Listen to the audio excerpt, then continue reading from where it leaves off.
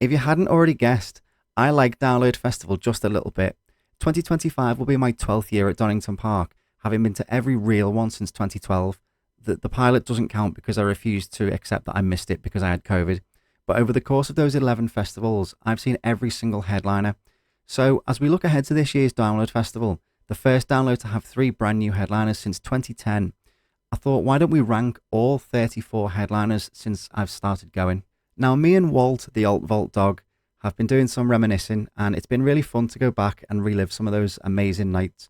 This is obviously all just opinion, so if you disagree with me and you want to shout at me in the comments, then feel free to. But just know that if you're going to shout at me, you're also shouting at Walt.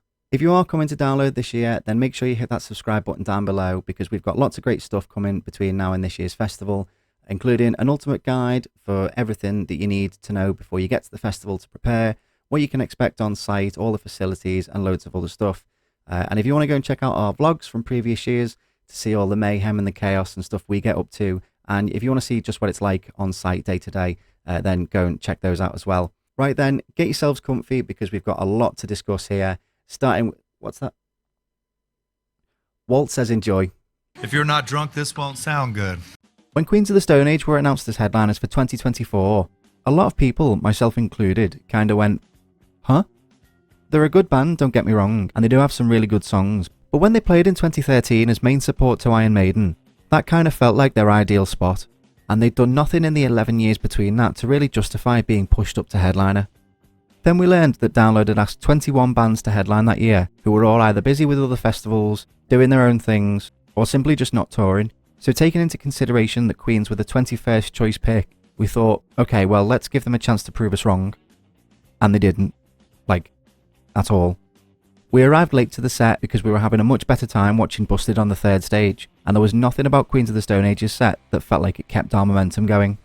We got a Red Bull from the bar to try and perk us up, but we ended up just sitting down and watching the screens on one of the towers before we just walked up the hill and decided to go on the Ferris wheel instead. It was cool watching the main stage in the dark from so high up, but there was absolutely nothing keeping us stood there watching. The only songs we really knew weren't played until the end, so the first hour was just so meh. Not to mention that in between songs, Josh Homme was prancing around the stage, clearly under the influence of something, vaguely gesturing to a crowd who mostly seemed disinterested. I don't think Queens of the Stone Age are a bad band. I'd actually like to see them back at Download as main support or headline in the second stage, but they don't have the catalogue or charisma or stage show to be at the top of that bill. Hopefully we never find ourselves with such a headliner drought ever again. Honestly, it was a clear pick for the bottom 2 of this list.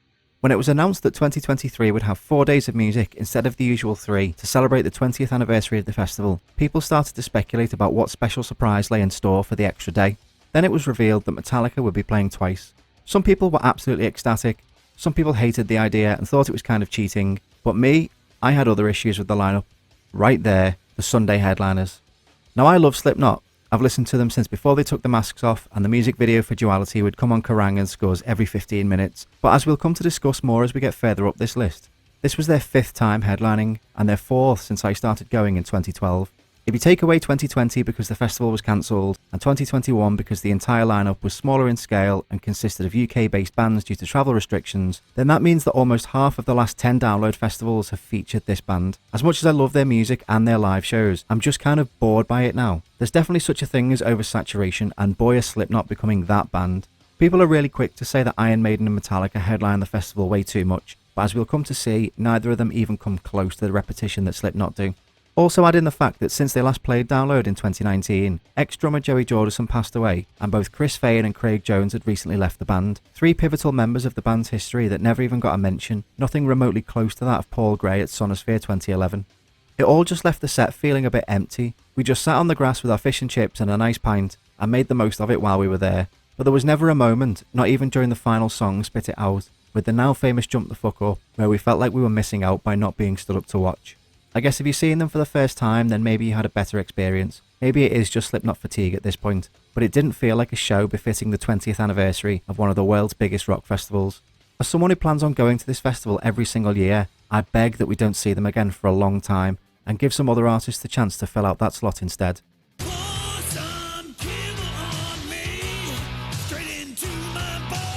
Despite selling millions of albums over the past 4.5 decades, I've never been that into Def Leppard. I know the big songs like Pour Some Sugar on Me, Photograph and Hysteria, but that's mostly just down to them being featured on soundtracks like the Grand Theft Auto rock radio stations. But they're one of the biggest classic rock bands in history, and one to cross off the bucket list, so I was actually quite excited to see them when they came round in 2019. The show was billed on the poster as Def Leppard performing Hysteria in its entirety and more, becoming only the third band in Download history to perform an album in full after Metallica and Linkin Park. Hysteria, being one of the biggest selling rock albums of all time, was sure to impress with its classic hit after classic hit, but something about the show just felt a bit flat.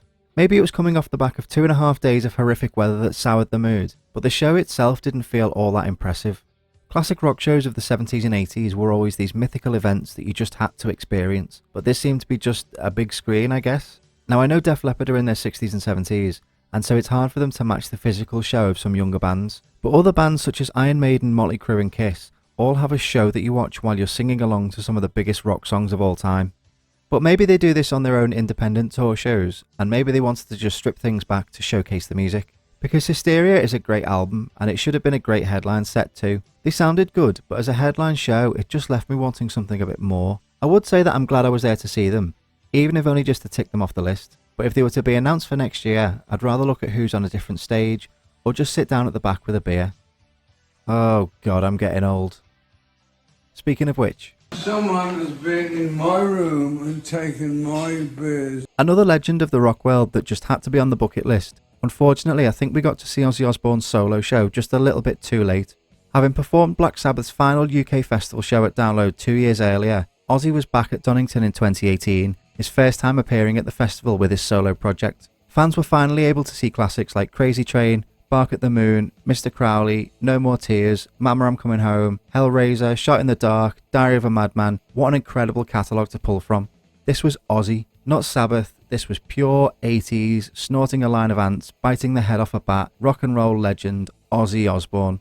Having already seen Black Sabbath 4 times by 2018, we knew how Ozzy was on stage. He had the energy and the presence to get a crowd of tens of thousands to sing and clap and jump along, but with every appearance he got a little slower and it just became a little sad to watch. Age and growing health concerns were beginning to take their toll, and nothing proved this more than the halftime interval he needed to take, where the crowd was treated to a 15-minute Zakk Wylde guitar solo medley thing. It just kind of went on and on, to the point where it got memed by the Download community and became a part of the festival's history. Even today, when something has taken a really long time, you might hear someone in the crowd say something like, just waiting for Zakk to finish his solo.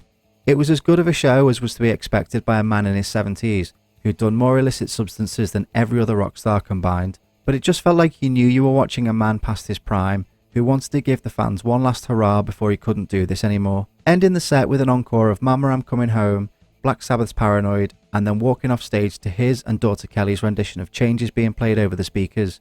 You got a sense that he knew that that was the last time he'd grace that stage. I really hope, for his own sake, that he doesn't feel pressured to overexert himself at the Back to the Beginning show this summer.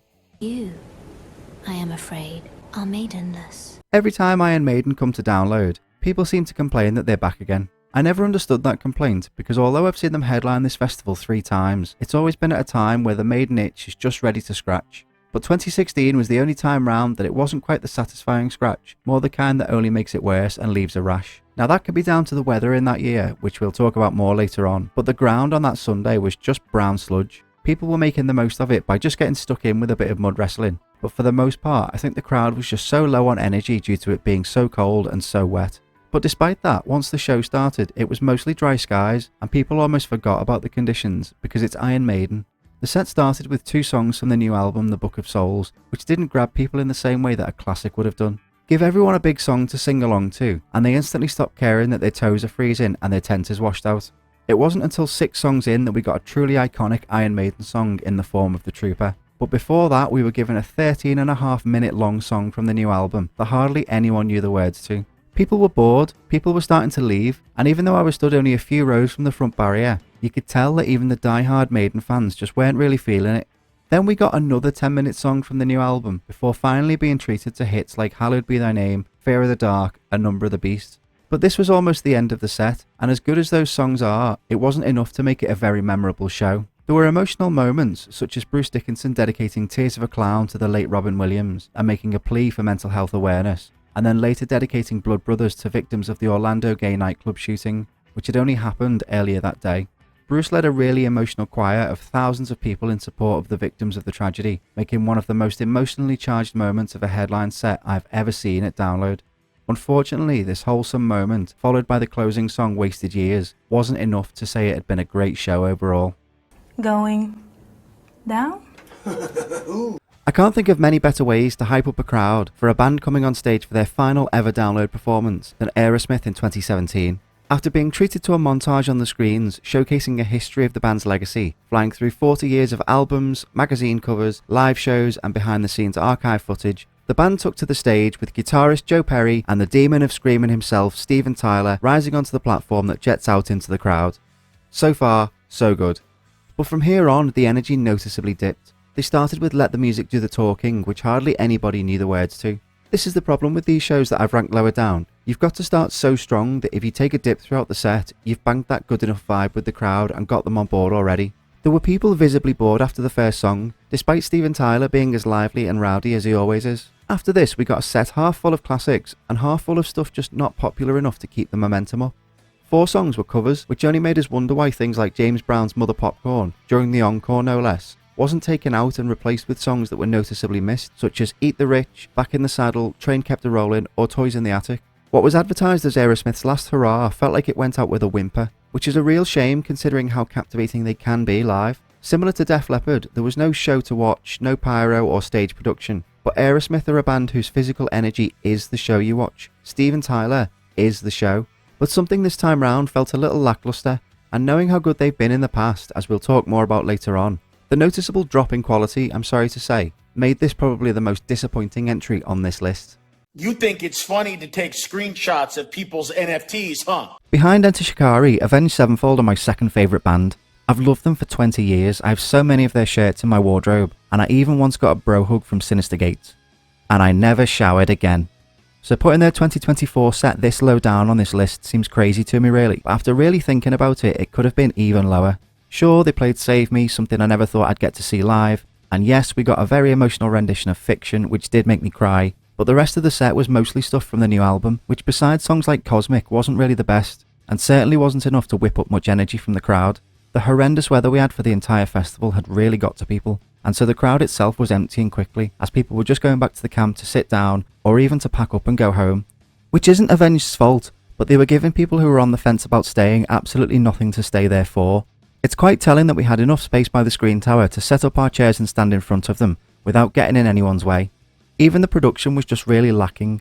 We'll talk more about their other performances further up this list, but nothing about this time round felt even remotely close to what they'd been capable of previously. Just some basic graphics on a giant screen, with AI filters turning the band into different characters and making them look like skeletons and stuff. Some of it was really cool, but nowhere near as good as what they'd done before. It felt like a set from a band who knew they didn't have to earn the headliner spot anymore. Add in power cuts, which had been happening all weekend to be fair, and it just killed the entire momentum of the set dead.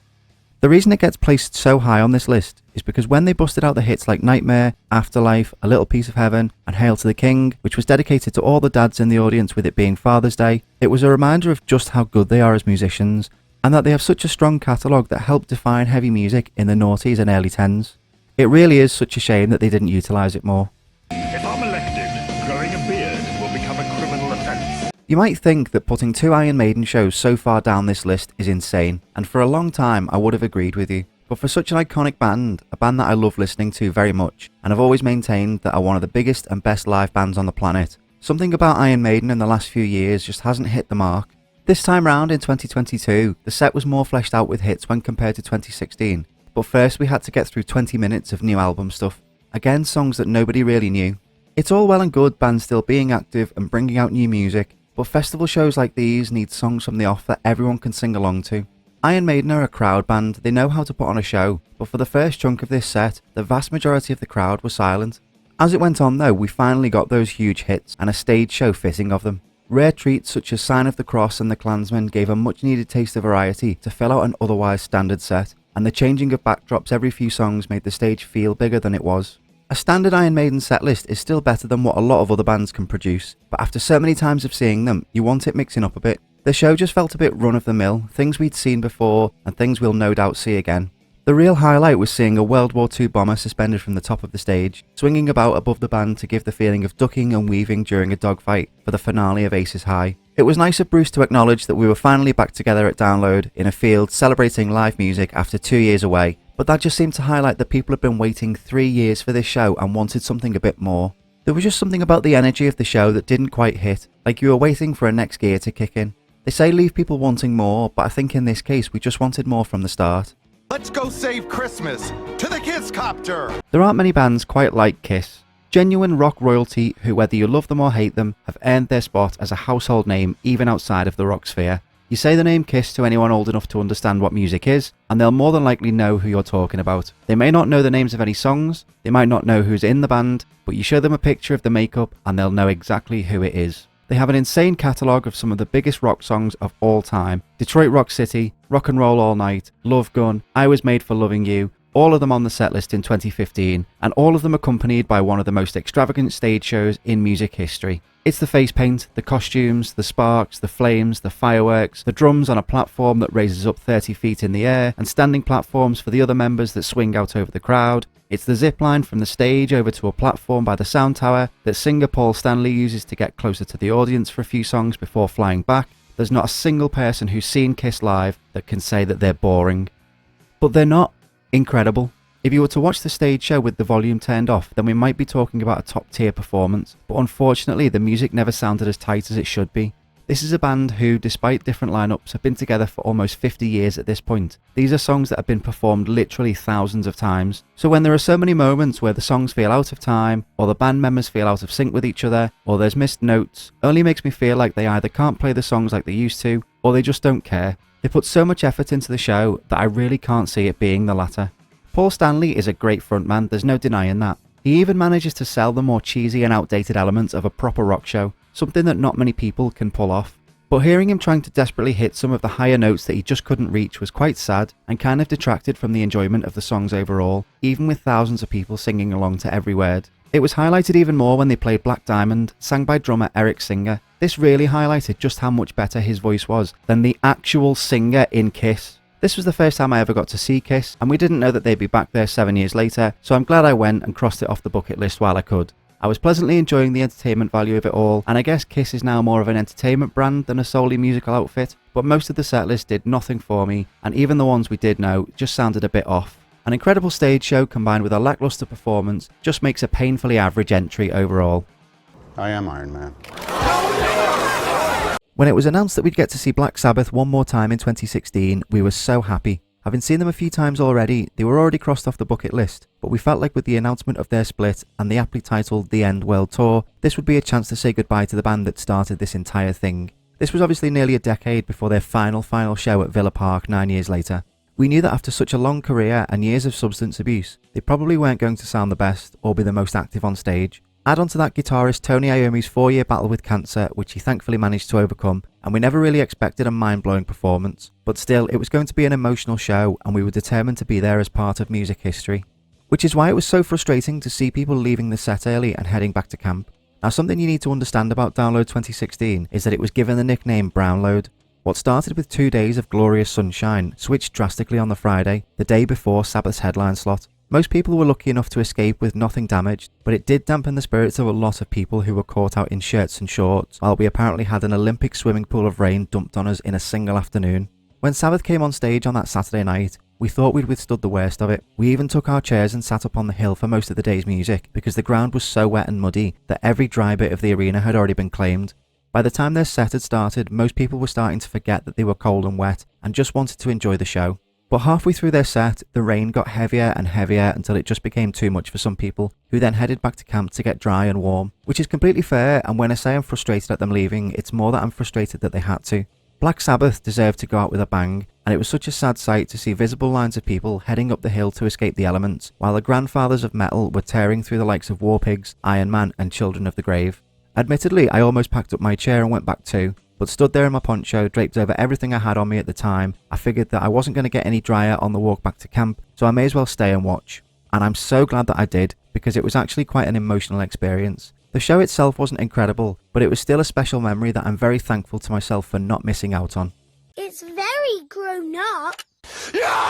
Slipknot's 2019 headline show is the definition of a mixed bag. I had a fun time watching the show. It's not like it was boring while being in the crowd, but it wasn't really anything special either. It just kind of happened. There was a few good pits going, there was jumping, singing, all the usual stuff you'd expect. A few friends we were with had never seen them before, so it was really fun to drag them into their first ever Slipknot pit and see their reaction. But without researching it, I couldn't even tell you what was on the set list beyond the things they always play. It felt like the band had just turned up to play the run-of-the-mill Slipknot show that we'd seen time and time again. I think this is where I first started to feel that Slipknot fatigue, really. The stage show was just a standard tiered platform. Nothing really felt theatrical about it, which, as we'll come to discuss, we know they are capable of doing. The whole show is available to watch on YouTube, and having watched it back, there are some very noticeable issues with the performance and sound. The tech issues aren't the band's fault. Sometimes stuff just goes wrong, that's just part of a live show. But from Corey just sort of forgetting a lot of the words, to his voice sounding a bit shot, instruments out of time at some points, and there just being a low energy all round, watching it back made me enjoy it even less. I do give them credit for uploading that set during lockdown so that people had something to watch after the 2020 edition of the festival had been cancelled, and then donating the revenue from that video to the COVID relief charities. Looking back at the set list and seeing the very rare treats of Get This, Prosthetics and Vermilion, on paper it looks great, but if the entire thing hadn't been filmed and uploaded, I don't think I'd remember much about this one if I'm honest. It wasn't great, it wasn't terrible, it was just kind of painfully forgettable. So first of all, what version of iOS are you on? Version 7.0. Okay, awesome. I have extremely mixed feelings about System of a Down's set in 2017. On the one hand, it's System of a Down. Their music has such a chaotic energy that's perfect for a big festival crowd to lose its mind over. Some of the biggest metal club anthems around, including Chop Suey, BYOB and Toxicity, among many, many others. But on the other hand, the actual band's energy during this set was completely non-existent. Now, I should mention that Serge really wasn't feeling well that night, so his voice was never going to be spot on, but that's understandable given the circumstances. You can kind of live with a couple of off notes here and there sometimes. He was gearing the crowd up to sing along and help him out, and I think that contributed a lot to the great crowd atmosphere, which was what really saved this entire set for me, to be honest. System of a Down's music feels like being on drugs. Allegedly, I wouldn't know. And the crowd matched that frenzied energy for almost 2 hours as they blasted through 30 songs. It felt like we barely stopped jumping, or swaying, or pushing, or running, or singing at the top of our lungs. To this day, it's the only crowd that I've ever felt scared in, because at one point, me and many other people fell down in a pit, and then the people trying to help us up were accidentally pushed on top of us by the sway of the crowd, and the people trying to help them up were pushed on top of them. And as people were getting up again, another sway from the crowd would force more people to fall on top of them in wave after wave. So I lay in the fetal position in the mud while the crowd above me managed to regain itself, and I must have been down there for an entire song with my hands over my head, just waiting for it to pass. But in a way, that was one of the best parts of the show, because on stage, not much happened. With Serge taking a bit of a back seat on vocals, it was left up to Darren to take the lead, which meant that he couldn't really leave the mic stand and move about the stage anywhere. So the band just kind of stood still and played the songs with very little talking in between, and just a screen behind them with some visualizers. It wasn't really a show, nor performance worthy of either the music or the crowd's energy. But that set did give me one thing that no other band has done. After getting back up out of the mud, I decided to get some fresh air, and I thought the best way to do that was to go over the top. So during Chop Suey, I crowd surfed for the first and only time at a festival, and the feeling of being up there, seeing the crowd of tens of thousands while everybody belted out that genre-defining anthem, will stay with me as one of my top moments of any live show ever. I really hope they get the chance to come back when they're not hindered by illness, although my elderly mid-30s body would never survive a crowd like that now. As a huge Metallica fan, it really pains me to have any show of theirs this low on the list. In 2023, for the festival's 20th anniversary, it was announced that Metallica would be playing both Thursday and Saturday, and having two completely different set lists for each show. Thursday's show we'll get to, but first we need to talk about the Saturday night. Now, with splitting the set list into two pieces, it gave them an opportunity to play some stuff that they've not played in a long time. Until It Sleeps, The Call of Cthulhu, Whiskey in the Jar, songs that, if you've seen them a few times before, were really cool and rare additions that we might never get to see again. Throw in some obligatory songs from the new album, which admittedly was a good chance to go to the bar, and classics like Ride the Lightning, Wherever I May Roam, and Battery, and it was all round a very decent set. But it didn't feel like a Metallica show, at least not in the way that we've come to expect. Yes, they had the walkway out into the crowd with the snake pit in the middle. Yes, they had their own towers in the crowd that displayed some really cool visuals. But it felt at times like a tribute band that had just been asked to come out at the last minute. The performances for the most part were on point as always, although we really need to talk about how they dubbed over Lars' drum tracks for the pro shot video of One. Listen to this.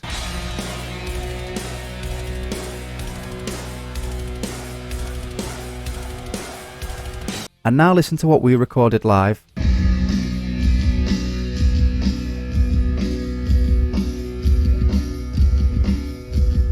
Now I know live musicians make mistakes sometimes, and that kind of adds to the feeling of the show. Sometimes messed up parts are funny and get embraced by both the crowd and the band. We all laugh and then move on. But for Metallica to know that the playing was off and try to pass it off as something that it wasn't, it just highlights how bad the mistakes were during the show. James's banter between songs could use a bit of work, but I get it. He's been doing this a long time, and maybe he has his catchphrases and call-outs that he's just done at every show. His comedic timing felt a bit forced, and I get that he's not a stand-up comedian, but when he's not trying to be funny, like when Lars tried to help a child onto the stage and ended up making her cry, James's quick quips felt so much more natural and got a genuine laugh from the crowd. Similar to when Lars was having some issues with the sound of his snare, and James slyly said, "Oh God, Saint Anger again." But outside of the music, it all seemed a bit awkward. The stage show was okay. There's a moment during one where James sings the word landmine that is always followed by a huge bang. They've done it with a huge pyrotechnic display every time that I'd seen them before, to the point where even now when I'm listening to the song at home, I hear the bang in my head because it became so iconic and integral to that part of the live show. But it never came, and that was the moment I realised that the entire show had just been missing that spark that they always bring. Then to finish with Enter Sandman, which will always get people singing along, but not do the usual call and response chanting with the crowd during the breakdown. It really felt like such a low energy show. At the time I remember loving it, and we did have a lot of fun stood up the hill as a group singing along, but now looking back on it, it really wasn't up to the admittedly high bar that they usually set. No one wants to be Peter Criss, Lois, not even Peter Criss. How do you improve on an already insane stage show? Well, if you're Kiss in 2022, you have giant 50-foot statues of yourselves at the side of the stage before all four members descend from the ceiling on platforms with a backdrop of sparks that look like a welder's workshop and rows of flames engulfing the stage below. This was an insane way to start the show with a literal bang and really had us captured from the off. This was Kiss's farewell festival tour, although given recent news that they want to turn themselves into holograms and continue touring forever, that might change. There was an extra energy to this show that was missing from when they played in 2015. More pyrotechnics, more set pieces, just more show. And this is a band that, as already mentioned earlier, probably has one of the best live shows in the business. But again, the performance just lacked something. Paul was so charismatic as always, but still struggled to perform the songs like they deserve to be. Maybe the hologram will do better. But each member of the band got their moment to shine, from an extended drum solo that featured some pretty cool tricks and gimmicks, Tommy Thayer getting to shine with a guitar solo, to Gene Simmons' face adorning the giant screens at the side of the stage as blood poured out of his mouth during a bass solo and the intro to God of Thunder. They really made sure to give everyone a moment of the show to do what they do best, and in a way, say goodbye properly as individuals. The show capped off with an emotional send-off from Paul Stanley, who gave a speech about how much the fans in the UK have meant to them over the last 5 decades. It's a sentiment that probably gets repeated everywhere, but didn't feel any less honest and grateful. Cue the confetti and one final sing-along to Rock and Roll All Night, and we were left with a show that felt way more impactful than their previous time round. They'll be missed at Download in years to come, but it was time to call it before the performances got so bad that they'd be dragging themselves further and further down this list. There's some beef in this house. There's some beef in this house. This was a difficult one, because I had a lot of fun during Biffy Clyro's 2022 set, but I think taking an objective view into consideration, I have to knock it down a little bit. We were almost at the barrier, which we got to just before they came on stage. You know that's not a good sign when you can just walk straight through the crowd, especially as an hour before, Korn had a full field in the exact same spot. A lot of people don't believe that Biffy should be headlining Download, and we'll talk more about that in a little bit. But I think they could very well have the biggest split opinion of any headliner to appear on this list. You have those who want to boycott Biffy for reasons unknown. Maybe they think they're too pop, despite them having lots of songs with huge riffs and screaming in them. Maybe they were still annoyed that they replaced System of a Down on the rescheduled lineups from 2020 and 2021. But then on the other side are thousands of diehard Biffy fans who are more passionate than most. We had a great time because we're Biffy fans, but objectively I remember feeling like the show could have been a bit more showy. They're not usually known for massive stage productions, but even Simon seemed a bit less energetic than usual. A key aspect of winning over the doubters is having a set full of bangers. Especially at Download, if you've got a catalogue that's as varied as Biffy, you need to make sure you're bringing a proper rock show. There were a lot of songs on that set list that felt like they hadn't tailored themselves to the crowd they were playing to, and they shouldn't have to be something they're not when they've earned that slot. But if you've got big heavy tracks in your arsenal, maybe you need to put them in ahead of a 4-minute violin solo, especially when, as we'll get to, they'd already done it once before. Not that there weren't absolute bangers in that set. Tracks like That Golden Rule and The Captain had the pits kicking off, and like I say, we were having so much fun seeing one of our favourite bands from the front of a huge festival stage. I had to ask myself afterwards whether the show itself would convince me to be a Biffy fan, if I wasn't already. If I was on the fence about Biffy Clyro, I honestly don't think I could say yes. But you know what? It's my list and I enjoyed myself, so sue me. For legal reasons, that was a joke. Please do not sue me. I have no money. A wizard is never late. He arrives precisely when he means to. Given the history and controversial reputation of Guns N' Roses over the years, I'd say that them coming on stage at the advertised time is enough to earn them a higher place up this list than the actual set maybe deserves. In 2018, this was it. Axl and Slash side by side together again at last. Then add in Duff McKagan too, making it the first time those three had performed together in 25 years, and this was lined up perfectly to be one of those sets that gets talked about for years to come. It should have been iconic. It felt like it was going to be iconic. And then they started playing their way through a, quite frankly, absurd 3.5 hour set. 3.5 hours! Now you could say that that's an incredible value for money, and considering tickets to dates on the tour were over £100, you'd be right. But I'm sorry, 3.5 hours! That's a long time to stand staring at a stage in the blistering heat, even for die-hard fans. But the set itself had everything you'd expect from a Guns N' Roses show. Welcome to the Jungle, Civil War, Mr. Brownstone, and that was just the first half of the set. They even included things like Velvet Revolver's Slither, essentially a Slash song anyway, and covers that they'd been doing for years like Wings' Live and Let Die, and Bob Dylan's Knocking on Heaven's Door. But if I had a nickel for every time a headliner covered Pink Floyd's Wish You Were Here at Download 2018, I'd have 2 nickels, which isn't much, but it's weird that it happened twice. It got to a point in the set where it felt like trudging through covers that nobody cared about. You pay to see Guns N' Roses, you don't want to see Guns N' Roses covering Misfits, or Soundgarden, or The Who. Add on to that a Slash guitar solo that went on, and on, and on, and on. Yes, Slash is an icon. Yes, he's probably the most famous guitarist in rock music, but it dragged on for so long that it was basically just a good chance to go to the toilet and the bar.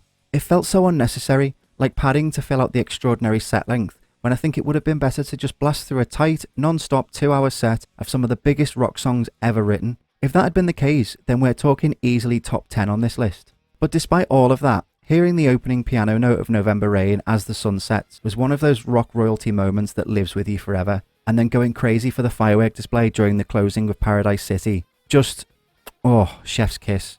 The highlights of the set were great, but like a lot of our videos, it just went on for way too long. If they ever come back, I think it would definitely need the camp chairs. Good evening, Ozzy. Hello there. How are you? Fine. When Download was about to celebrate its 10th anniversary in 2012, the rumours of something huge to mark the occasion started swirling online. At 11 minutes past 11, on the morning of the 11th day of the 11th month, 2011, Black Sabbath were announced as Sunday's headliners.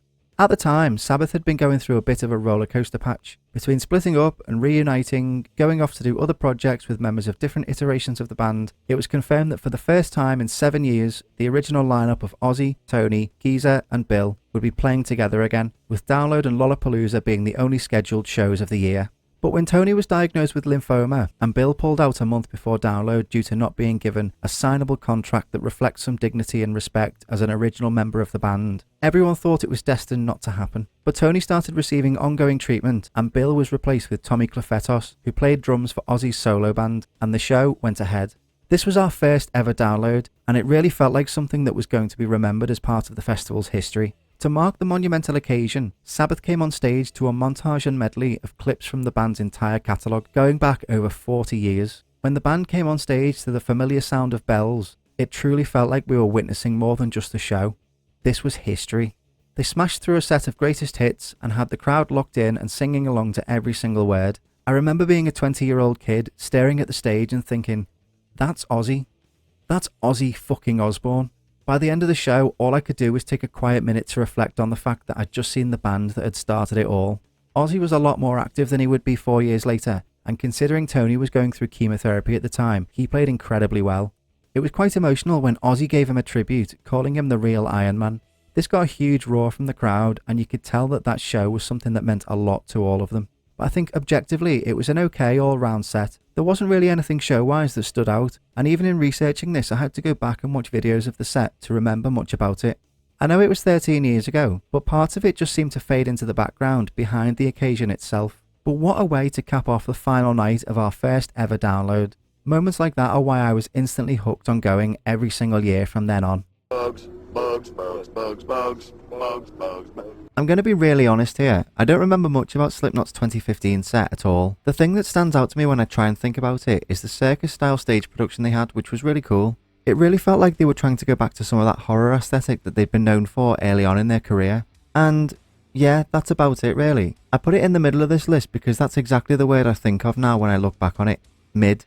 Even though the Slipknot fatigue didn't set in for another few years, seeing them twice over 3 downloads was a bit of an overkill, and I think even though I had fun for the part of it that I remember, I do remember wishing that I was watching somebody else. Not because they were bad, but because it felt repetitive. The Grey Chapter had just come out, Joey had been controversially kicked out, and so there was a different vibe to the setlist and the show itself, but not all change is a good thing. Maybe having the fresh memory of seeing them 2 years earlier set the bar so high for them that they were never going to match the expectations. I do remember them coming on to XIX, or 19 if you speak Roman numeral, and then blasting straight into Sarcastrophe. The Grey Chapter was an album I really resonated with at the time, not so much these days, but it had its moment in my life that I'm thankful to it and to Slipknot for. Those new songs went hard, especially I remember the Pit for Custo was wild. But then most of the set was the stuff they always do, stuff they'd only done 2 years earlier, and so it kind of left me wanting something we were never going to get. The whole issue with Joey being kicked out definitely clouded a lot of the perception around Slipknot at the time, and I think it was a bit of an unspoken cloud that was hanging over everything. Not a terrible show, but for me, not really that memorable either, which is why there's not much to say and why it goes slap bang in the middle. So what are you supposed to be? I'm Scottish. So now that we're over halfway through this list, it's the perfect time to ask, what is one of the most important things about a good live performance? It's the intro. If you can kick off your set in a way that hits the audience in the face, you've done half of the work already. A great stage intro can make the difference between a set that has you hooked from the off, hooked enough to overlook any flaws, and a set that never grabs you in the first place. So when Biffy Clyro came on stage in 2017 for their Download headline debut, they knew they had to get it right. The haunting choir sang them on stage as they took their positions, then the familiar low rumblings of a distorted guitar.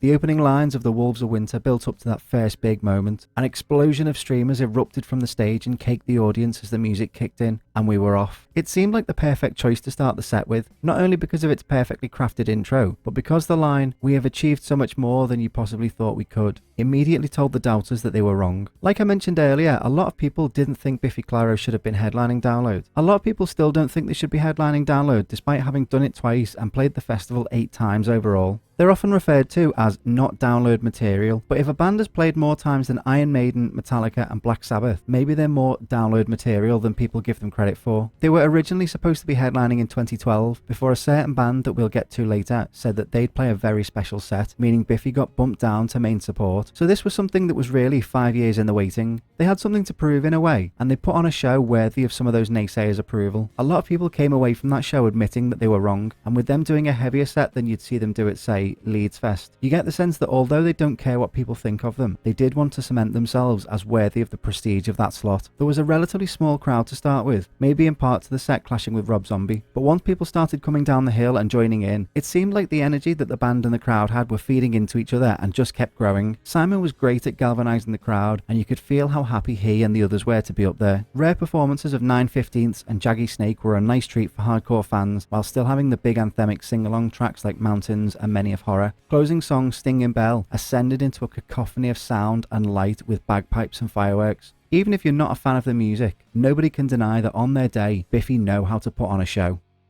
Money good, Napster bad. Okay, so we've looked at Metallica's second set in 2023, but their first one on the Thursday was admittedly a lot better. With it being the first day of the festival, everyone had a lot more energy. Admittedly, to go back to their Saturday performance, the heat had got to everyone a little, but at this point of the festival, the first night, the first time we'd been in the arena on a Thursday ever, everyone was raring to go and get the celebrations for the 20th anniversary underway in style. Hearing the ecstasy of gold as the sun was setting was absolutely magical. It's a piece of music that makes me cry at the best of times, and it's become synonymous with seeing Metallica come on stage at this point. But in that environment, with 110,000 people in the setting sun, some moments are just beyond words. When it was announced that neither of their sets would repeat any songs, we knew we were going to be treated to something that we'd never seen before, a Metallica set that was more rounded out with deeper cuts. Starting with Creeping Death, what I think is their perfect song to open a set with, and then Harvester of Sorrow, Leper Messiah, and King Nothing. It felt like a great blend of everything that they could produce. It's unfortunate that the set just felt a little deflated. With them splitting songs over 2 nights, we did get Master of Puppets, Seek and Destroy, and Nothing Else Matters in this set, but they also threw in a few songs from the new album, which, admittedly, I didn't listen to much after the first couple of times just to gauge an opinion on. So the middle of the set was just standing around waiting for the hits to come back. I think I went to the toilet and the bar while they played the 3rd song in a row from 72 Seasons. I get they want to keep making music, and it's great to see bands still active after so long, but already only having half of the hits in each set, it drew more attention to the songs that weren't as special. What was special though was hearing all 8 instrumental minutes of Orion dedicated to Cliff Burton. I don't think I ever expected to see that song live, and splitting the sets was probably the only chance of that ever happening. Metallica know how to work a crowd, but during this set, it never felt like they ever came out of second gear. Seeing a crowd of that magnitude with the different layout of the arena to accommodate for their stage and their screen towers was genuinely awe-inspiring. The screens allowed for a more expansive light show, and were a really cool feature that Download has since kept after Metallica donated 4 of those towers to the festival.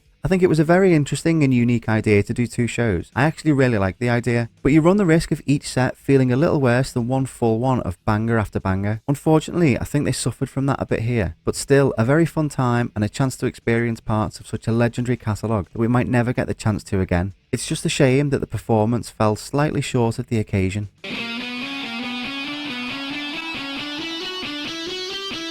When it came to planning out this list, I really wanted to put Muse's 2015 set higher than this. I tried to justify swapping them with others to come, but the more I thought about it, I just couldn't do it. And that's because, considering they're a band that I love, and this being the only time that I've ever seen them, their reputation as one of the best live acts in the world just didn't quite live up to the hype. Just saying that is painful, but it's the unfortunate truth. Now, I'm not saying they were bad by any means. They were great at what they do. From the amazing harmonies, Matt Bellamy's technical wizardry on guitar, and their incredibly tight performance, they played the hell out of some of the best rock songs of the last 25 years. But their reputation for having an immense live show preceded them, and when they were announced, they had some pretty big ideas on what they wanted to include. This was their first and so far only time headlining Download, and they wanted to come in swinging with the biggest show that Donington had ever seen. They wanted to take off from the neighbouring East Midlands airport in a slow aircraft that would hover over the crowd from the back of the arena and drop them off on stage to start the show. Looking back on it now, it seems silly to even contemplate the logistics of that, but considering the wild ideas they were throwing out there, the finished product seemed a little bit run-of-the-mill. And that's the only reason it comes below some others on this list. Maybe it's unfair to judge them by the expectations of their show, but when you're a band that's known as being one of the best live bands in the world, playing sold-out stadium shows with huge set pieces and productions, the anticipation going into it was high. Fortunately for Muse, when they played songs like Psycho, Hysteria,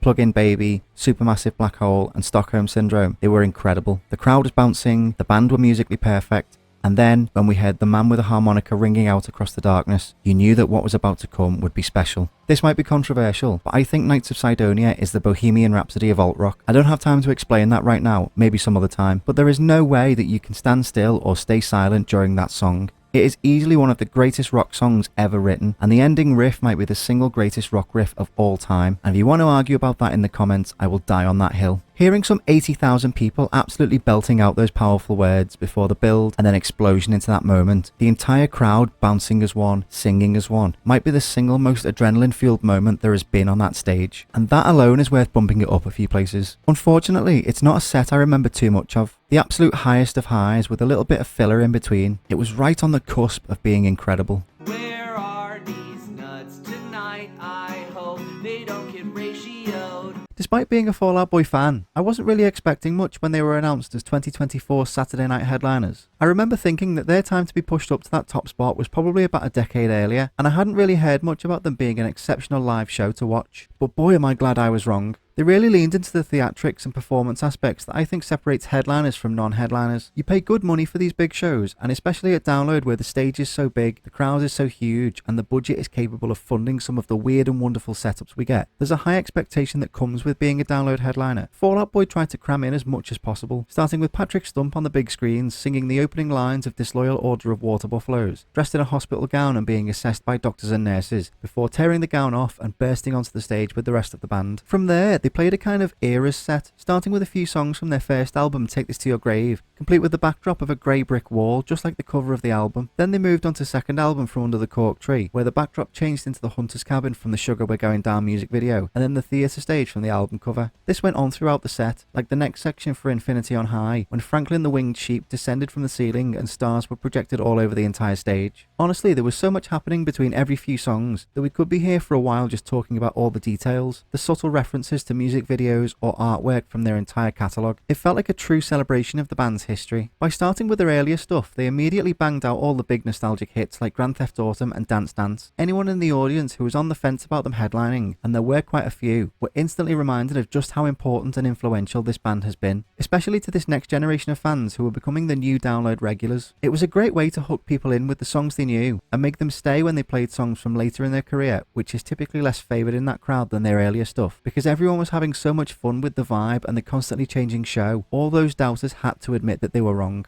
And then towards the end of the set, after they'd blasted through a few songs from every single one of their 8 albums, as well as doubling back to Infinity on High for a beautiful rendition of Golden later in the set, they let a giant magic 8-ball decide what special song we'd be getting that night. Fate decided that we'd get From Under the Cork Tree's closing song, XO, which was a very rare treat. It felt like watching a band that was hungry to prove themselves, finally being pushed up to the pinnacle of the bill after so long. They went out there with the determination to both reward and thank fans for their loyalty, and change the minds of people who had doubted them over the years. And it's safe to say they definitely succeeded. I think I speak for a lot of people when I say they'll be very welcome to come back and do it all again.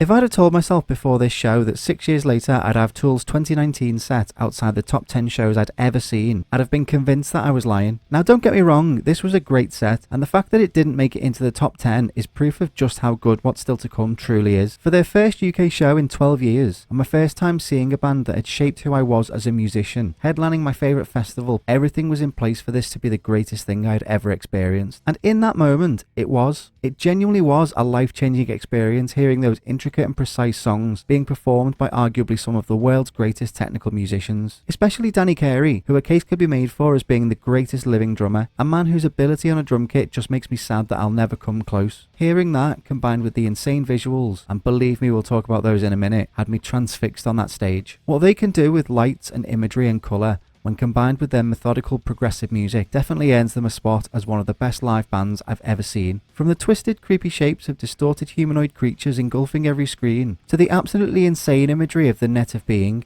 making the audience gaze up at the screens and ponder the nature of the universe, life, death, and our place in between, they never stop pushing the art to the front and centre of everything they do. On paper, it should have been the most incredible show to have graced that stage, and it's not entirely the fault of the band or the show itself, but that stage production was not designed for festivals. Having seen Tool again a few years later in an indoor arena, there is an absolute chasm of difference between the two experiences. An indoor Tool show is a meditative and spiritual experience. A festival Tool show is 80,000 muddy, half-drunk people, half of whom don't know any of the songs. I say it's not entirely the band's fault, because for some reason they played 2 10+ minute long songs from an album that hadn't come out yet, to a crowd that was half made up of people who were just there out of curiosity after passionate fans had hyped them up so much, and half made up of those same fans who didn't know those songs or any of the words anyway. As exciting as it was to hear new Tool music after so long, 20 minutes during a festival headline show where nobody in the audience knows the songs tends to kill the vibe a little bit. People near us were falling asleep in their camp chairs. Admittedly, it was the end of a very, very, very tiring weekend, but the excitement and momentum from the start of the show almost came to a complete halt before songs like Vicarious and Stinkfist brought it back with those insane visuals in the dark to close it out. I wouldn't have missed that show for the entire world, but having experienced the fully realised potential of one of their performances, I'm sorry to say that it kind of makes this one retroactively worse.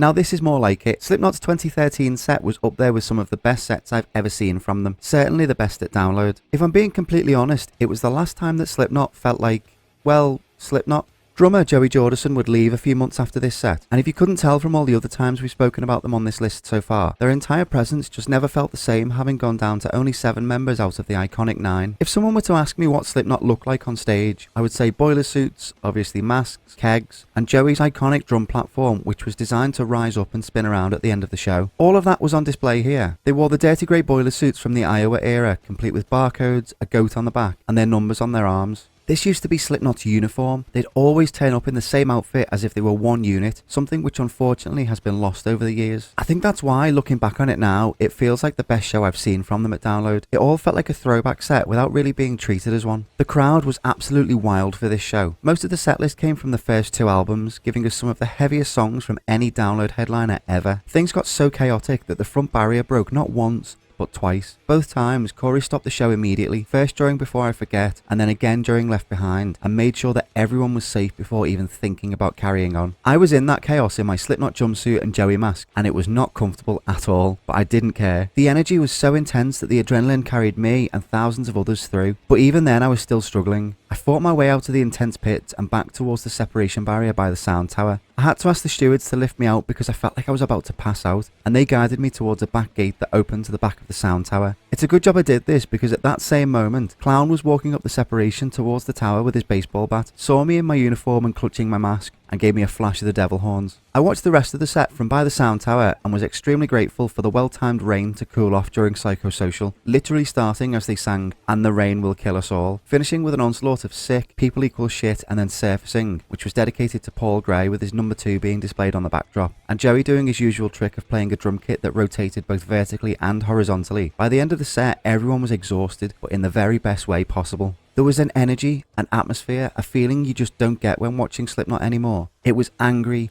wild, cathartic, chaotic, I could go on. But none of the other times they've been back since have held a candle to what they did that night. I couldn't hack a show like that now, but I miss that intensity that left you so breathless you were ready to pass out but with a smile on your face. It's a real shame that I don't get excited when Slipknot get announced for Download anymore, but I think that's down to 1, Slipknot fatigue, and 2, the fact that I know that they will never top this show. Take the shot. Take the shot. Breaking into the top 10 now, I almost bumped Avenged Sevenfold's 2018 set higher up on this list because of 3 simple letters. MIA. Imagine the scene. You're headlining one of the biggest rock festivals in the world for the second time. Your first time round went insanely well by doing all the hits and putting on a show worthy of the event. So naturally the next thing to do is play a 9-minute song that a large portion of the audience might not have even heard before. We've marked other sets on this list down for doing that exact same thing, but here it just worked. The balls of that decision combined with the reaction of people in the crowd who did know what was going on was electric. I don't think we'll ever get to see that song live again, making that night a truly once-in-a-lifetime moment. And that feeling was what made this set so good. This was them confidently returning 4 years after their first time headlining, knowing that yes, they do belong there. They own that stage and the attention of some 80,000 plus people for those 2 hours, and nobody can take that away from them. There was less of a stage show than their first time around, which is ironic considering they were on tour promoting their latest album, The Stage. The only real physical production they had was a giant inflatable spaceman that appeared out of the back of the stage and hovered above the band for a while, but you could tell that they were taking useful inspiration from bands like Iron Maiden about how to put on a big show full of bombastic moments. Having the giant staggered screens across the entire back of the stage allowed for some incredible visuals, the more impactful of which being when they showed a tribute video to late drummer Jimmy the Rev Sullivan, leading straight into So Far Away. There was not a single dry eye in that field. Those waterworks came back a few songs later in the set, when Zaki started strumming the unmissable opening chords of Pink Floyd's Wish You Were Here, while M Shadows gave a deeply emotional speech about the people we've lost over the years to suicide, and the importance of reaching out to connect with and help people. There's absolutely no doubt that they can do heavy, but this moment really proved that they could bring emotion to a big set as well. And then, in the darkness of the pre-encore, flames suddenly appeared, bells chimed, the opening riff of Shepherd of Fire built up, and up, and up, and then bang. If there was a moment that solidified why they belong at the top of that lineup, it was this. The whole set felt like it came from a band who had matured and didn't need to prove people wrong anymore, but with that came a bit less of an urgency and need to impress. It was by no means a bad performance or a bad show, but listening back now you can hear little mistakes in some of the songs, the occasional note out of time or out of key, maybe just a little less energy than their first time around. Not enough to ruin the show, but enough to stop it from breaking into the truly top echelon of Download headline sets.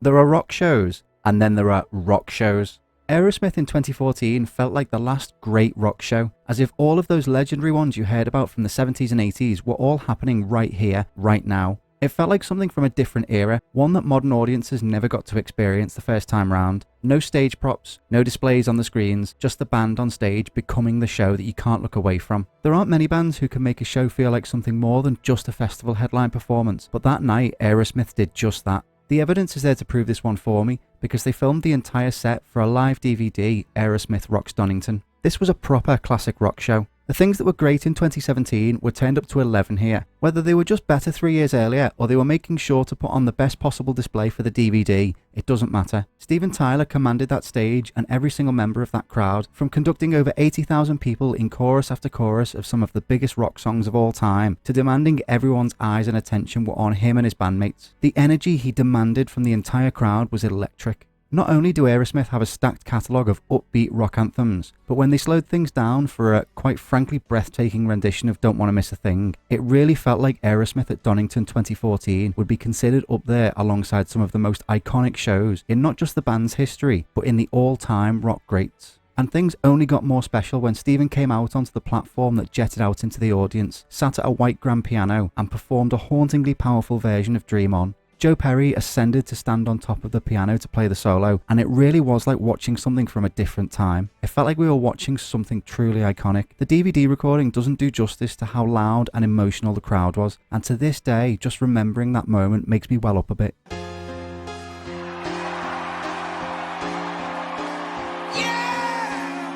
The reason this set gets ranked so much higher than their 2017 return is partly down to the higher quality of the performance, but also because of the setlist itself. Train Kept a Rollin', Eat the Rich, Last Child, Same Old Song and Dance, it just went on and on. That was likely because they wanted to play the greatest hits for the DVD, but it gave the entire performance a momentum that never stopped until they wanted it to. In fact, Steven Tyler had been told they'd run past curfew and were going to get a fine if they didn't cut the set short. He shrugged it off, told them he'd pay the fine, and carried on with the show. They want to shut this down, so I want y'all to help me. Fuck curfew. Fuck curfew. Fuck curfew. Fuck curfew. Fuck curfew. Yes! Now that's rock and roll.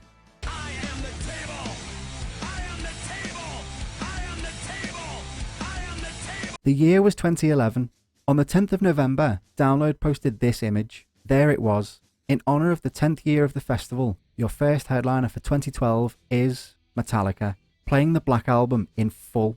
Download was about to celebrate its 10th anniversary in style. I cannot tell you how excited this one announcement made me. The biggest metal band in the world playing their biggest album at one of the biggest and most legendary rock festivals on earth. It was this announcement that convinced me to go to my first ever Download. I'd not long before seen Metallica for the first time at 2011's Sonosphere Festival, but I knew that I needed to be there for this very special set. After a couple of greatest hits to open the show, as well as a surprise appearance from B-side Hell and Back, they left the stage and it began. The screens at the side of the stage showed a video highlighting the success of the Black Album, as well as footage from the original 1991 tour. The unmistakable drum roll of The Struggle Within grew louder and louder until the four band members reappeared on stage and went straight into the real thing. They played the album in reverse order, allowing them to build up to Enter Sandman at the very end. This is when James Hetfield created an all-time classic Download meme. He led the crowd for what felt like 10 minutes in a call and response, doing, well... Like family!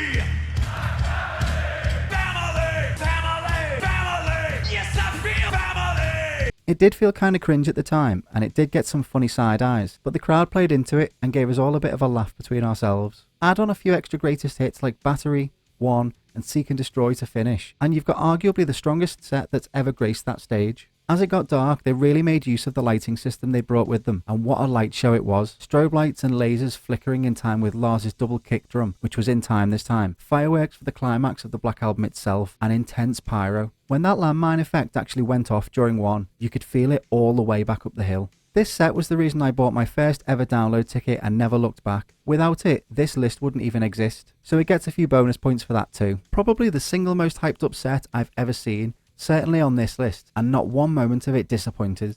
Chromaticism? Sweeping. Go. Nobody would have blamed Avenged Sevenfold for feeling nervous about headlining Download for the first time in 2014. Stepping up to that level is no easy task, and there were still a lot of people at the time that either didn't think they deserved to do it, or even that they weren't capable. One set proved to everyone that nothing could be further from the truth. They brought out an incredibly big stage show, complete with a giant skeleton king that emerged out of the back of the stage, sat on a throne decorated with skulls, a giant golden crown on his head, and a 10-foot tall sword in one hand. His eyes lit up during some songs as his head turned to survey the audience, as if everyone there was subjects in his kingdom. Combine that with enough pyro that you could feel it beyond the sound tower, and you've got one of the biggest and best debut headline sets that Download has ever seen. They knew they had something to prove, and they carried that attitude with them for the entire set. A kind of arrogance that you just can't hate, because it was that arrogance that told those naysayers, we're here to put on a show whether you like it or not. Stay and enjoy it, or get out of the way. Huge anthemic crowd pleasers like Hail to the King and Buried Alive had people losing their voices, and an emotional performance of So Far Away dedicated to the Rev got the tears flowing. It was also quite eerie that on the third day of a festival where there hadn't been any rain since we got there, it rained for exactly 6 minutes during Nightmare, as they again mentioned the Rev before it disappeared as the song ended and stayed dry for the rest of the weekend. It was a set that told you everything you need to know about this band, that they'd made it to the plateau of rock royalty despite it never being easy for them, and they weren't going anywhere. And unlike their recent return in 2024, you could feel the energy of what they were trying to prove. They didn't just turn up to play a few songs and then on to the next show. They wanted to leave their mark on the festival by pulling out all the stops. They hit everything that makes a truly amazing festival headline appearance. The stage production, the crowd-pleasing hits, the rewarding deeper cuts for the more hardcore fans. They were able to take all of that and combine it with what it meant to them and their fan base, who had watched them grow from an academy band to the very top of the bill. This was them cementing themselves as one of the biggest bands in the scene.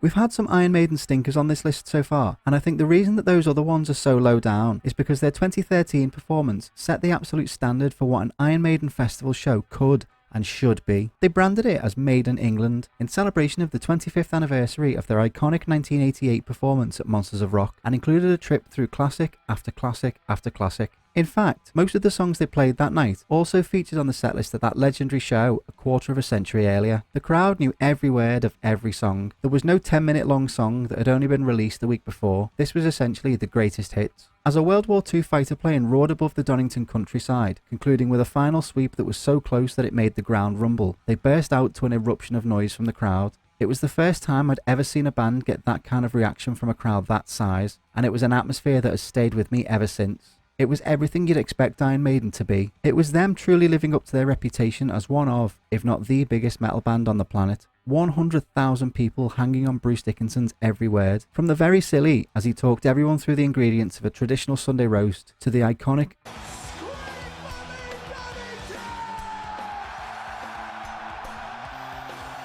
which sent chills down every single spine in that field. No time wasted, no messing about, just an absolute barrage of some of the best songs that heavy metal has to offer. Set to a constantly changing and adapting stage with multiple canvas backdrops to reflect the classic era that we were currently taking a wander through. Costume changes, props, and a 20-foot tall 7th son Eddie who ripped his own heart out and shot fire out of his head. Just standard Iron Maiden things really. And all of this just made this show feel so fun. I can't describe the insane atmosphere and energy from the crowd any better than just showing you this small clip.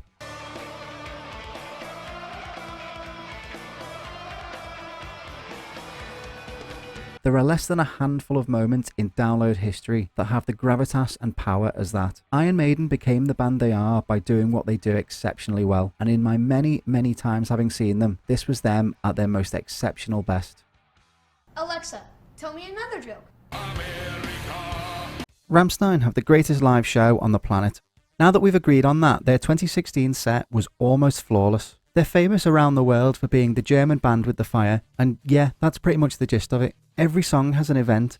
A gimmick makes it sound cheap, but there really is something special about the stage production for every single song. Whether that's singer Till Lindemann wearing a lit flare on his heart for Mein Herz brennt, which translates to My Heart Burns, or keyboardist Flake marching on a treadmill. You want flamethrower guitars? We got flamethrower guitars. You want giant steel angel wings that lift Till up and shoot fire? We got giant steel angel wings that lift Till up and shoot fire. Rammstein always push the boundaries on what is possible with a live show, and many other bands on this list that have done anything remotely similar with fire probably have them to thank for proving that some of those feats are actually physically possible to pull off. However, there were some moments that were plagued by technical issues. Sometimes a mic would cut out or a guitar would feedback, but they managed to play this off as a running joke by having crew members run on to try and fix things, only for Till to pretend to be annoyed with them and throw stuff at them. One of the best parts of a Rammstein show is that you never know what's scripted and what isn't. They're able to turn mistakes into entertainment, which is a very rare talent and just goes to show how much they care about putting on an impeccable show every single time.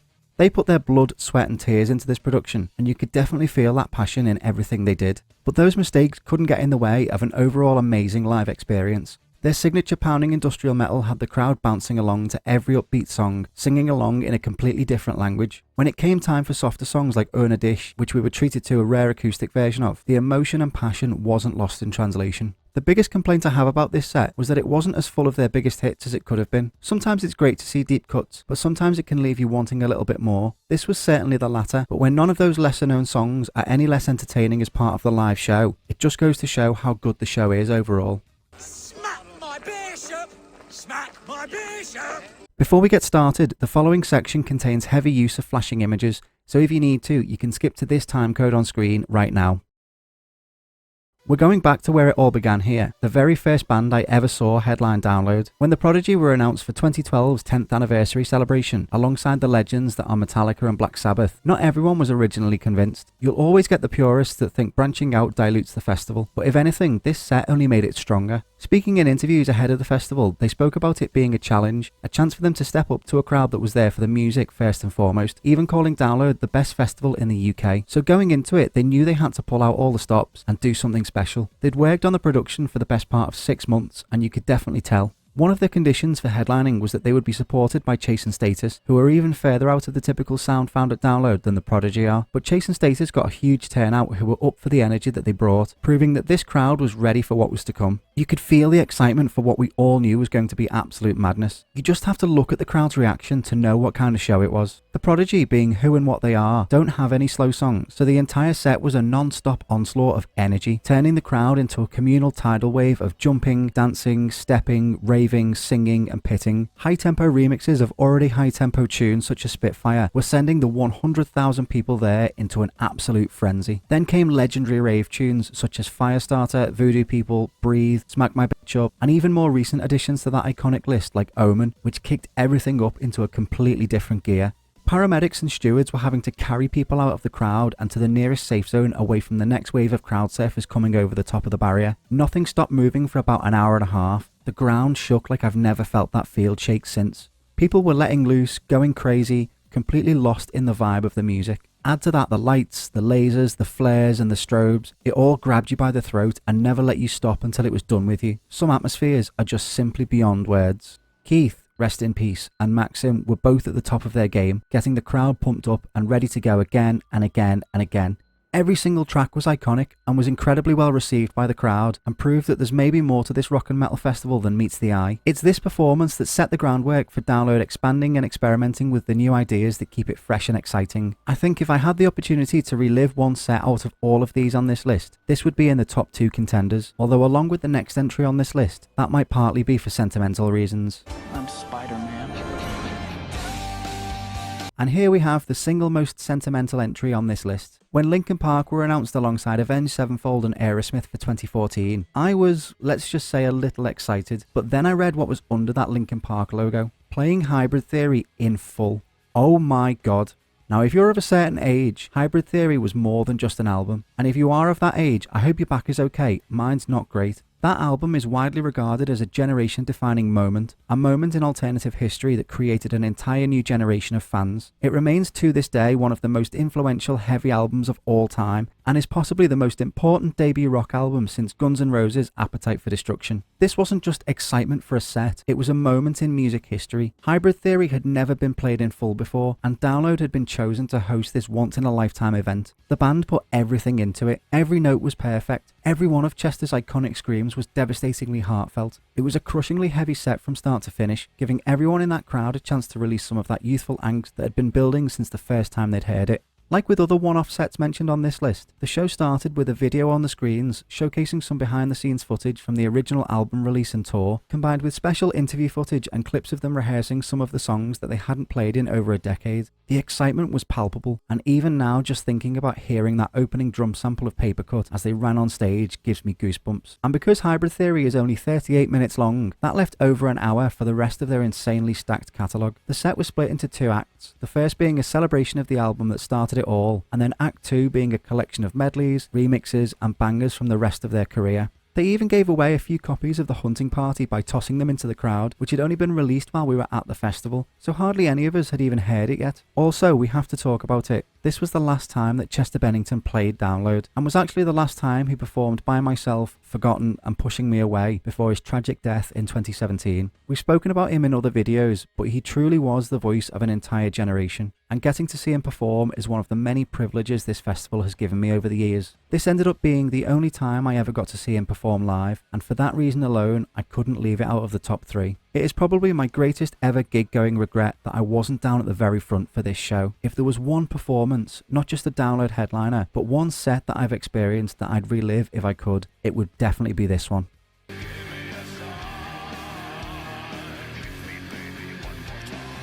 No matter how good Rammstein were in 2016, their 2013 Download debut had something extra special about it. Despite them only coming in 5th and 2nd places, I still maintain that Rammstein have the best live stage show on the planet. Not just metal or rock show, but the single most entertaining stage production of any live performing artist. Even if their music isn't for everyone, and the German lyrics might throw some non-German speakers off, nobody is ever bored when watching their show. They went all out and made sure that everyone definitely got their money's worth. What other band would have the lead singer enter the stage descending from the roof on a platform shooting sparks out of it, and from there it only got bigger, louder and more dangerous. Rammstein's lead singer Till Lindemann is a trained pyrotechnician, and they employ a dedicated team of other technicians to help plan out the logistics, which really helps when you have flamethrowers attached to your faces while you carry on singing without missing a note. Every song during this set had its standout moment, from shooting a flaming bow over the audience to light the fuses on the sound tower that then travelled back across the audience to set the stage on fire during Du Hast, to cooking the keyboardist alive in a giant pot for mine tile, as Till wore a chef's outfit and sharpened a butcher's knife. The theatrics of this show are almost unparalleled in live music. You could feel the flames from almost anywhere in the crowd. I have no idea how they can cope with it all night after night, but they didn't miss a beat, didn't miss a mark, and never made things look rehearsed or planned, despite there obviously needing to be a lot of pre-production to make it all work. Having a great show on a screen is one thing, but to be able to pull off all those stunts live, know your mark for where is safe to stand at what moment, be able to use all the dangerous equipment, and still play an incredibly tight set that keeps the audience bouncing and singing along to songs that aren't even in their own language, well, that takes some real skill.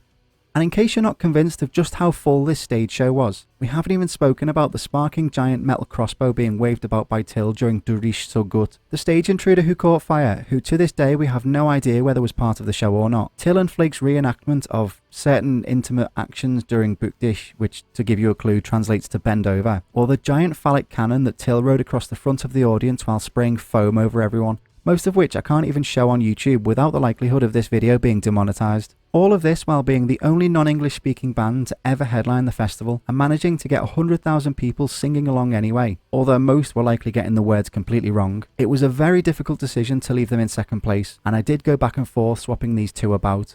However, apparently one of our songs is like the anthem of the Giga Chad. It was genuinely so close between these top two, but ultimately Bring Me the Horizon's headline set in 2023 has to come out on top for absolutely changing the game. Not only does Ollie always have enough charisma to command an audience into doing exactly what he wants, while telling them all to stop being bitches and pussies, not only do they have more than one full set's worth of modern generation defining anthems, but that stage show. My god, that stage show. Most of the show was just fire and screens, but the way it was utilised and presented as this narrative story with an evil AI who's been collecting data on crowds for years, and the audience themselves needing to fight back against an external apocalyptic threat to humanity, with subtle commentary on war, disease and climate change amongst other things, is nothing short of genius. It was hilarious when it should have been, wholesome and emotional when it needed to be, and kind of terrifying when it wanted to be. Ollie is a rare breed that can make people laugh by just being so everyday about things. From making jokes about beef with Coldplay, to openly mocking members of the audience stood still at the front, his way with words kept the audience entertained while the stage was being prepped for the next part of the show, and at no point did anything feel disingenuous or forced or outdated or cringe. People had been asking for Bring Me for years by this point. They hadn't been at Download in almost a decade, and in that time had gone from a very good band who had just had huge success with Sempiternal, an album that's now seen as a turning point for heavy music, to a cultural juggernaut who were headlining festivals all over the world, including hosting their own event in Malta. So when it was announced that they would finally get their chance to headline the 20th anniversary of one of the biggest festivals in the world, so many people were ecstatic. But there were still people who weren't happy that they'd been chosen over another classic band like an AC/DC. But walking back to camp on that Friday night, you can hear people admitting that they'd been wrong about them. People who'd bothered to go and give them a chance and were so impressed that they had to hold their hands up and concede that they were wrong. By the end of the weekend, people were saying that they'd outshined Metallica on both nights, with some even agreeing with me that it was the greatest set they'd ever seen at the festival. All of this is without even talking about the bulk of the show itself. Before coming on stage, the AI, Eve, introduced themselves as the supposed saviour of humanity, trying to lure the audience into a cult of self-extermination. Then the band managed to hack in and warn everyone not to trust it, and as they came on stage, it was apparent that we all had a collective goal: stop Eve. They started by turning the stage into some kind of church, which eventually got broken apart and left to ruin by demon creatures, rogue experiments, viruses, and a snowstorm, as they played some of the most culturally significant heavy songs of the last decade. Eve kept trying to sabotage the show so that the band and audience couldn't stop it from taking over, before, spoiler alert, it ended with Eve being defeated and glitching out. It was almost indescribable. There's no way to convey the entirety of the production without just watching the whole thing play out in real time. Every song had something new happening on stage. There was never really a boring or dull moment. By the time they went back a little bit further into their catalogue, the audience was so hooked that the atmosphere was electric. I've never seen a set follow a narrative before, especially not one that also has the performance to back it up. It's hard to say which part of the show was better, the band, the production, or the atmosphere. There honestly aren't enough adjectives to describe it all. Not to mention being the only headliner on this list to bring out special guests in the form of Nova Twins and Amy Lee from Evanescence, making them the only female performers to ever be on stage during a headline set at Download. Other festivals around the world sometimes get truly one-off moments with guest appearances, most notably at places like Coachella or Glastonbury, and this felt like bringing some of that collaborative, big moment kind of thinking to Download for the very first time. Bring Me are no strangers to doing this, like when they brought out Ed Sheeran at Reading to do the Brit Awards version of Ed's song Bad Habits. It's this kind of attitude that all made it feel like what it was, a complete breath of fresh air. This is a band that has captured the zeitgeist and the collective heart of this next generation of fans. They're going to be the band leading the charge of new artists that carry this festival forward into the future. Over the last few years, Download has had a bit of a cultural shift in its identity, and in years to come, we'll all look back on this Bring Me the Horizon set as the exact moment when that shift happened, which is why it deserves to be held up as the most significant and all-round entertaining headline set there has ever been at Download Festival. And there you have it, all 34 headliners since Download 2012. It's been amazing to look back at all that footage and remember things that I'd forgotten over the years. Download means so much to me. It's almost a second home at this point, and it's given me the chance to see some things over the years that I would never have had the chance to see otherwise. It's given me the chance to make friends that I would never have been able to make otherwise.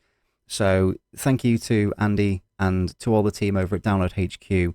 Thank you so much for always trying your best to give us a memorable weekend.